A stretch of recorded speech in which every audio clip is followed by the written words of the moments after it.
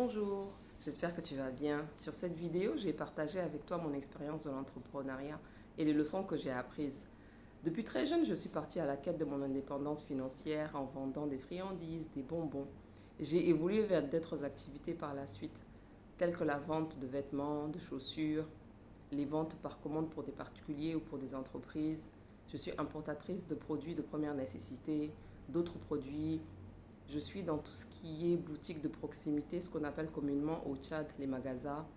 Je suis également en partenariat avec d'autres personnes pour tout ce qui est activité de restauration, pour tout ce qui est transport urbain, interurbain, rural. Je suis consultante en gestion financière et commerciale. Je suis coach certifié en développement personnel et je continue d'explorer d'autres activités, d'autres secteurs. De toutes ces activités diverses et challengeantes, j'ai retenu 10 leçons. La première, la meilleure manière que je trouvais pour constituer mon capital de départ est d'économiser au quotidien sur les petites sommes, de prendre cet argent-là, de lancer une activité génératrice de revenus avec un petit capital, de la faire travailler, prendre l'argent, en créer une plus grande, ainsi de suite. Et de garder cet argent-là que pour le business et ne pas l'utiliser pour autre chose. Je ne suis ni pour le crédit bancaire, ni pour le crédit familial, pour deux raisons essentielles. Pour éviter les pressions supplémentaires et pour éviter tout ce qui est ingérence dans la gestion. Le monde de l'entrepreneuriat est déjà assez difficile pour avoir des pressions supplémentaires.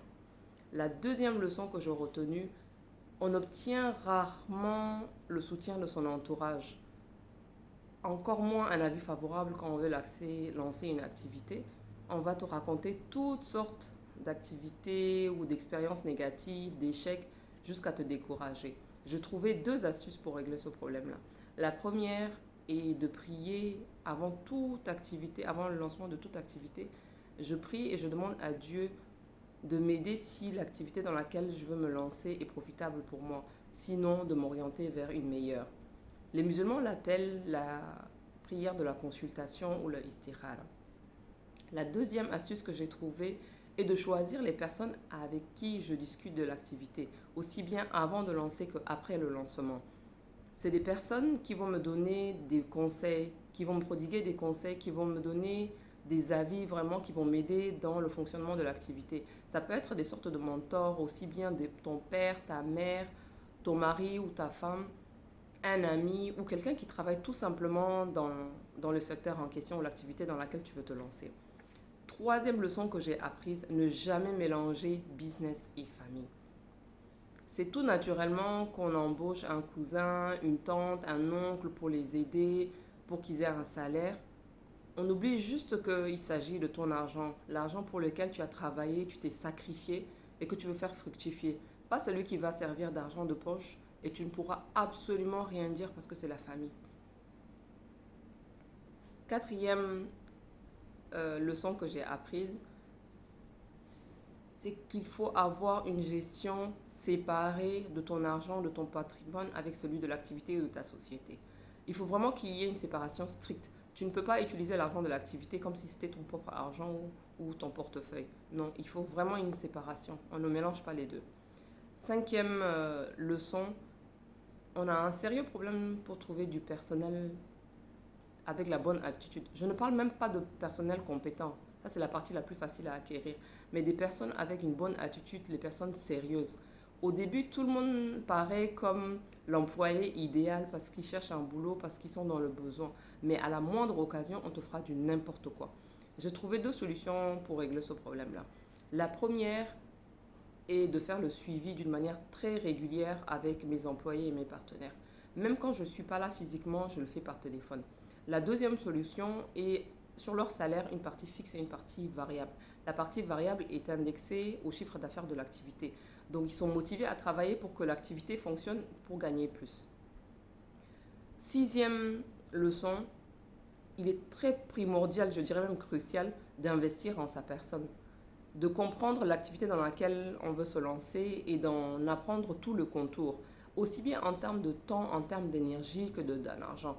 Ça veut dire que s'il faut faire une formation, il faut le faire. S'il faut aller s'asseoir quelque part pour comprendre l'activité avant de se lancer, il faut le faire. C'est très important, il en va de la réussite de l'activité en question dans laquelle tu veux te lancer.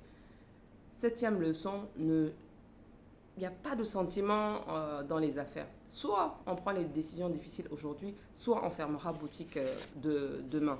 Pas d'autre chose. Huitième leçon, il est primordial de bien tenir sa comptabilité et de faire sur une manière périodique l'analyse de la rentabilité. Le fait d'être organisé, d'être professionnel permet de s'adapter à l'environnement, aux exigences des clients, de prendre des décisions à temps et de régler les choses. Et surtout de s'adapter également à la concurrence, souvent à la concurrence même déloyale dans certains secteurs. C'est un fait, il faut l'intégrer pour la réussite de ton activité. Neuvième leçon, j'ai appris ou j'ai compris avec toutes ces années qu'il est préférable d'avoir un portefeuille d'activités génératrices de revenus diverses. Ne pas rester sur un seul secteur, une seule activité, un seul domaine. Il faut avoir des activités dans plusieurs domaines différents. Mais il est important de lancer une activité, de la maîtriser avant de laisser la gestion à une autre personne et se lancer sur autre chose. Ce qui me fait arriver à ma 10e leçon, qui est le fait de s'associer à d'autres personnes. On y gagne deux choses. La première est que en expertise, tu gagnes en expertise que tu n'as pas forcément en te s'associant à d'autres personnes, mais également tu partages le risque. Ce qui fait que tu as plus d'argent pour investir dans d'autres activités.